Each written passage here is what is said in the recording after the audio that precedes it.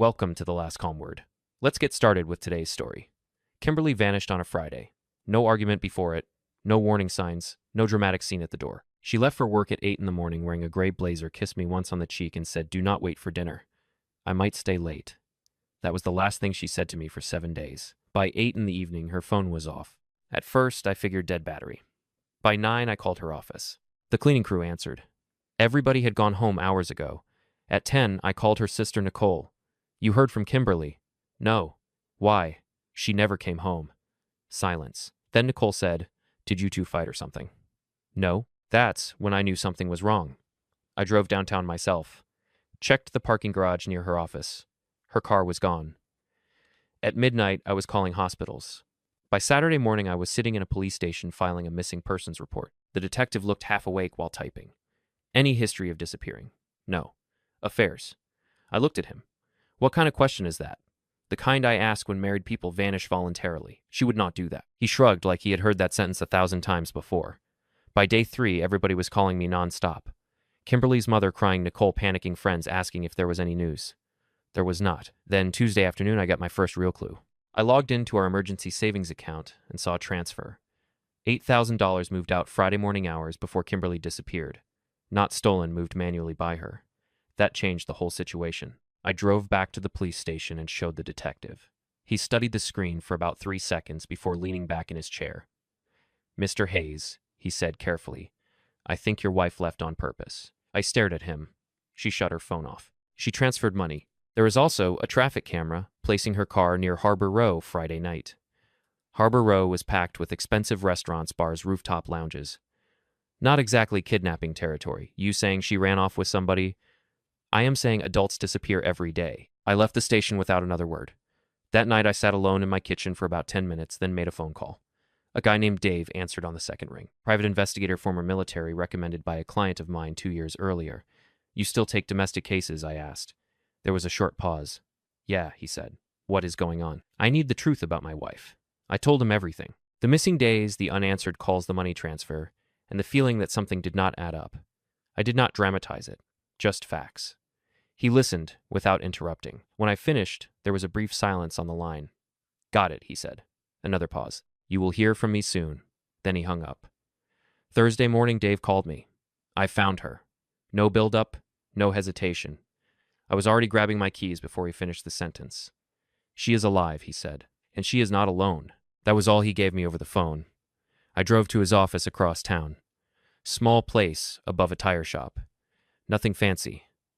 Dave was not the dramatic type. He was already waiting when I got there. No small talk. He slid a thick envelope across the desk. "Everything I pulled since last night," he said.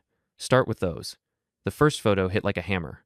Kimberly sat outside a rooftop restaurant downtown, wearing a black dress I had never seen before. Across from her was a guy in a navy suit, maybe early 40s, clean-cut, expensive watch. His hand rested on top of hers like they had been together for years. Second photo, him, kissing her neck outside the restaurant valet stand. Third photo, the two of them entering a luxury condo building near the marina at 1:13 in the morning. "Who is he?" I asked. "Aaron Mercer," Dave said. "Real estate developer, divorced money guy." He flipped the file open. "She has been with him the entire week." I kept flipping through the photos. Dinner Monday night, cocktails Tuesday, shopping bags Wednesday afternoon. By Thursday, they looked like a couple on vacation. No guilt, no hesitation, just comfortable. Dave leaned back in his chair. "Gets better," he said. He handed me printed screenshots from social media. Aaron had posted a photo 3 weeks earlier from a private wine event. Kimberly was in the background, so this was not random. "This started before she disappeared. She told him you two were separated already," Dave said. "According to the concierge in his building, she has been introducing herself as Kimberly Mercer all week." I looked at him slowly. "She is using my money." Dave nodded once. "Mostly the cash transfer. But there is more." He slid another document over. 3 credit cards. 2 I recognized, 1 I did not. Joint account opened 4 months earlier. My jaw tightened. "She forged part of the application," Dave said quietly. "Signature does not match yours." I sat there for a few seconds without speaking. Not angry past angry, just focused. How long before I can get a full report? "Tonight." "Good." I stood up. Dave watched me carefully. "You okay?" "I am better now than I was yesterday." "How is that?" "Earlier I did not know anything I said. I was guessing the worst." I tucked the photos into the envelope. "Turns out she was just disrespectful." Dave almost smiled at that. I left his office and drove straight to a divorce attorney named Sandra Whitmore. By 6 in the evening, Sandra had already confirmed two things. First, the house was safe. I inherited it before the marriage. Kimberly had no legal ownership. Second, if the forged credit card paperwork held up Kimberly had bigger problems than divorce court. Sandra closed the folder and looked at me across her desk. You want my advice? Go ahead. Move quietly. Do not confront her yet. Why? Because right now she said your wife thinks she is in control. Kimberly came back on the 7th day like nothing had happened. I heard her key in the lock at 8:17 in the evening. I was sitting at the kitchen table when she walked in. Hair done, makeup clean. Same calm face she always used when she wanted to control a situation. She dropped her purse on the counter. Hey, she said. You are home early. I did not move. Where were you? I asked. She opened the fridge, took out a bottle of water. I needed space. A week of space. She drank slowly, did not rush. I told you. I needed time to think. You turned your phone off. I did not want to be bothered. That was when I stood up. No yelling, no emotion, just movement. Get ready, I said. She blinked. For what? Dinner. She laughed lightly. You are serious. Very. 10 minutes later, we were in my truck heading downtown. She tried to talk in the car. This is ridiculous, Roger. I was gone a week, not dead. You made your family think you were. They overreacted. You took money from our account and disappeared. She went quiet after that. The rest of the drive stayed silent. I picked the restaurant, Harborview Steakhouse. Expensive, quiet, private booths. She ordered wine like she was on a normal date. I did not order anything. She leaned back. So what is this? You are going to lecture me over dinner. No, I said. I am going to end things over dinner. That got her attention. She smiled slightly. You are not ending anything. I slid an envelope across the table. Inside were the divorce papers, printed photos, bank records, and the credit card fraud documents Dave had uncovered. She did not touch it at first, just stared at it like it might change if she waited long enough. Then she opened it. I watched her face change in real time. Confidence, first confusion, next, then stillness, then panic. You had me followed, she said quietly. No, I said. You disappeared. I found out what happened. She flipped through the photos, faster now. Aaron, the restaurant, the condo entrance, her. Laughing her, holding his hand like it was normal life. This is not what you think, she said quickly. I leaned forward slightly. Then, explain it. She hesitated. That hesitation told me everything. It was complicated, she said. I nodded once. 7 days is not complicated. Her voice changed softer now. I needed to feel something again. I laughed once, not amused, just sharp. You felt something fine spending my money with another man. People in the next booth turned slightly. I did not care. I stood up, placed some cash on the table, and looked at her one last time. You do not owe me explanations, I said. She went still. I tapped the papers. But I do not owe you a marriage either. I walked out before she could answer. I did not go home after the restaurant. I went straight to Sandra Whitmore's office. She was still there late, going through documents. She opened credit lines under my name, I said. Sandra did not look surprised. She already filed something this afternoon, she replied. I raised an eyebrow. What kind of something? Sandra turned her screen toward me. Restraining order request, allegations of emotional abuse, financial control, harassment. I let out a slow breath. She disappeared for a week, I said, and I am the problem. That is how it is being framed, she said calmly. Do not react emotionally. That is what they want. I nodded. I will not. By the next morning, Dave called again. I got more, he said. He met me at a coffee shop this time. No office, no comfort, just a folder on a table. She has been planning something, he said. I opened it. Emails, screenshots, a message thread between Kimberly and Aaron. She had told him I was almost out of the picture. She also told him once the divorce started, she expected a clean split of everything, including my house. Dave pointed at one line. She was trying to figure out how to refinance your property behind your back. I looked up. How far did it go? Draft application never submitted. They could not proceed without ownership verification. That mattered. She did not finish it. But intent still counts. Sandra called me an hour later. Do not confront her, she said again. We build the case quietly. Let her keep talking, so she can dig deeper. Exactly. That night, Kimberly showed up at the house. I saw her car before she even knocked. She did not wait for me to open the door. She used her key, still acting like she owned space she had already lost. Roger, she said, stepping inside. We need to talk. I stayed where I was.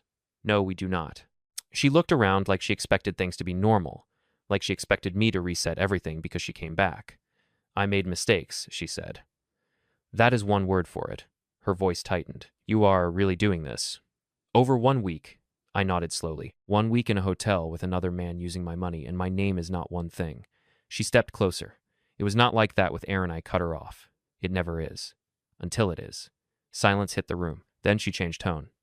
Cold now. You are going to regret this. I looked her directly. No, I said, you are. She froze for half a second. Then she walked out. Did not slam the door. Did not cry. Just left like someone realizing the exit was not optional anymore. I locked the door behind her and added one more camera the next morning. The first hearing did not feel like a fight. It felt like exposure. Kimberly walked into court dressed in black again. Controlled, carefully emotional, like she had rehearsed the version of herself she wanted everyone to see. Her lawyer started early. My client experienced emotional neglect and needed space to reassess her marriage. Sandra did not even wait. Objection narrative. The judge waved it off. Counsel stick to facts. Kimberly's lawyer adjusted. She left the marital home due to distress and spent time with a family friend. I glanced at Dave sitting behind me. He gave a small nod. Family friend. That is what they were calling Aaron now. Sandra stood up and placed a stack of photos on the table. Your Honor, these were taken during the respondent's voluntary absence. The first image showed Kimberly and Aaron outside the rooftop restaurant, then inside, then the condo, then the kiss.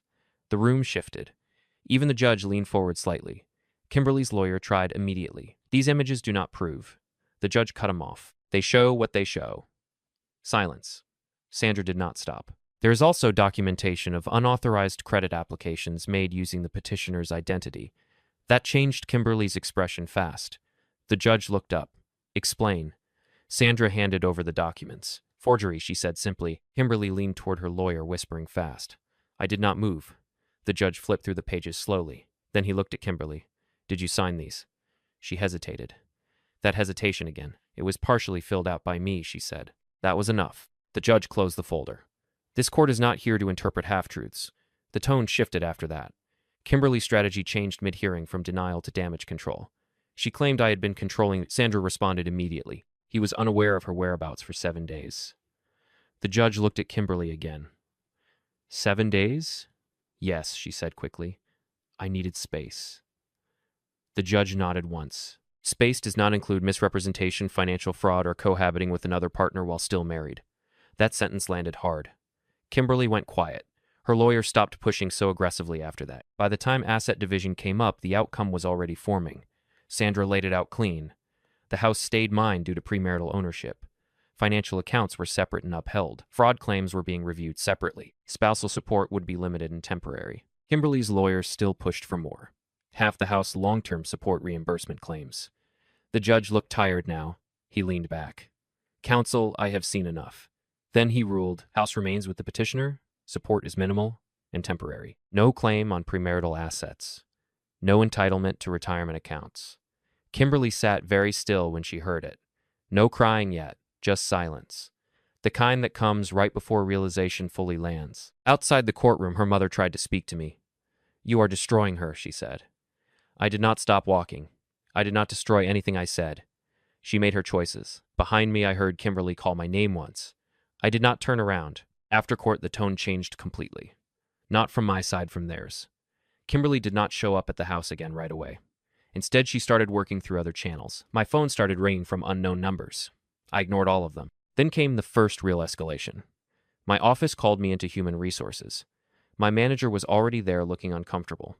We got a call, he said, from your wife. I did not react. Human resources slid a note across the table. Claims of mental instability, concerns about my behavior, requests for internal review. I leaned back. She is in the middle of a divorce, I said. That is all this is. Human resources nodded slowly. We figured. We are not acting on it. That should have ended it. It did not. 2 days later, my mother called. Kimberly's voice came through the speaker. Mrs. Hayes, I am worried about your son. He is not thinking clearly. My mother did not hesitate. If you cheated on him, you are not the one I am going to listen to. She hung up. My father was even faster. I do not care what story you are selling, he said. Do not call again. Blocked. Sandra told me to document everything. She is trying to rewrite the narrative, she said. It is common when someone realizes they are losing legally. Then came the worst attempt yet. Her lawyer filed an emergency motion claiming I had hidden assets. Sandra laughed when she read it. Fishing expedition, she said. Court date was set quickly. It did not last long. Sandra stood up first. No joint accounts were used to fund litigation or investigations. All activity traces to premarital savings. She placed bank statements on the table. The judge barely looked at them. Counsel, he said, turning to Kimberly's. Lawyer, do you have evidence or speculation? Silence. That was the answer. Motion denied. After court, things started to fall apart on their side. Aaron Mercer disappeared from the picture completely. Dave confirmed it a few days later. He cut contact, he said. Once he realized she was still legally tied to you and the financial situation that hit differently for her. I think because suddenly it was not just divorce, it was abandonment. The next time she showed up at the house, she was not aggressive. She looked tired. For the first time, I did not think it would go this far, she said. I stayed by the door. You did not think at all, I replied. Her voice cracked slightly. I made a mistake. I nodded once. Yes. She stepped closer. I want to fix it. I shook my head. You cannot fix what you replaced. That stopped her. Not dramatically, just enough. Like a system finally shutting down after running too long. She left without another word. That night I changed every lock in the house. Not out of fear, out of finality. And for the first time since this started, I slept through the night without waking up once. The final hearing felt different from the others. Quieter. Like everyone already knew the outcome, they were just waiting for it to be officially spoken out loud. Kimberly walked in alone this time. No Aaron, no confidence, no rehearsed expression. Just tired eyes and a stiff posture. Like she had been carrying the situation too long, and it finally broke her down. Her lawyer still tried, but the energy was gone. My client acknowledges she made errors during a difficult emotional period. Sandra did not even let him finish. Errors, she repeated. Your Honor, we are describing fraud, abandonment, and infidelity. The judge looked straight at Kimberly. Do you wish to say anything for yourself? She hesitated. Then she stood up. For the first time, no script. I made a mistake, she said. I should have handled things differently. The room stayed silent. She looked at me. I did not think you would react like this. I answered without standing. You did not think at all. That landed harder than anything else in the courtroom. She swallowed. I lost everything. The judge leaned forward slightly. You did not lose everything, he said. You lost what you willingly put at risk. That was the final tone shift. Sandra went over the final order with me afterward. The house remained mine. Premarital assets were fully protected. Debt tied to Kimberly remained hers. Limited transitional support only. No claims on retirement or property. Fraud issue was being handled separately. That is the official judgment, she said. It matches exactly what the court ruled. Kimberly's lawyer did not challenge it. It was already done. No more arguments. Just paperwork now. Outside the courthouse, her mother was waiting again. She started speaking the moment she saw me. You ruined her life. I stopped walking. No, I said. She did that before I ever found out. Kimberly came out behind her. This time, she did not shout. She just stood there for a moment. Then she said, my name soft, like she was trying to reach a version of me that did not exist anymore. I turned slightly. What do you want from me now? I asked. She hesitated. I just want you to understand. I nodded once. I do understand, I said. You chose someone else and thought I would stay unchanged. She shook her head slightly. I did not think it would end like this. I looked at her for a second. That is the problem, I said. You acted without thinking about the consequences. Then I got in my car and closed the door. No anger, no hesitation, just movement forward. It took a while for life to feel normal again. Not better, just stable. The house stayed mine, but I changed it anyway. Repainted everything. Replaced furniture. Got rid of anything that carried memory instead of function. Dave checked in once after everything settled. Quiet now, he asked. Yeah, I said. Finally. Sandra sent the final paperwork a week later. Case closed. Legally clean. No lingering disputes. Kimberly moved in with her mother for a while. I did not track it. I did not need to. That part of my life was already finished. A few weeks later, I started seeing someone casually. Nothing heavy. Nothing rushed. Just normal conversation. Normal distance. No pressure. She did not ask about the past too early. That mattered. One night, I told her the short version. She left for a week. I said, came back with a different life, already started. She just nodded. And you? I ended mine too. I said, no drama. No explanation needed. That is what I learned through all of it. People show you who they are when they think there will be no consequences. Kimberly showed me clearly. She did not just leave. She replaced me, lied about it, and expected me to absorb it quietly. I did not. And I did not need revenge to prove anything. The truth handled that part. Now the house is quiet. Nothing feels wrong anymore. And for the first time in a long time, silence does not mean something is broken. It just means life moved on. Thank you so much for watching till the end. Wishing you all the best. Stay healthy and take care.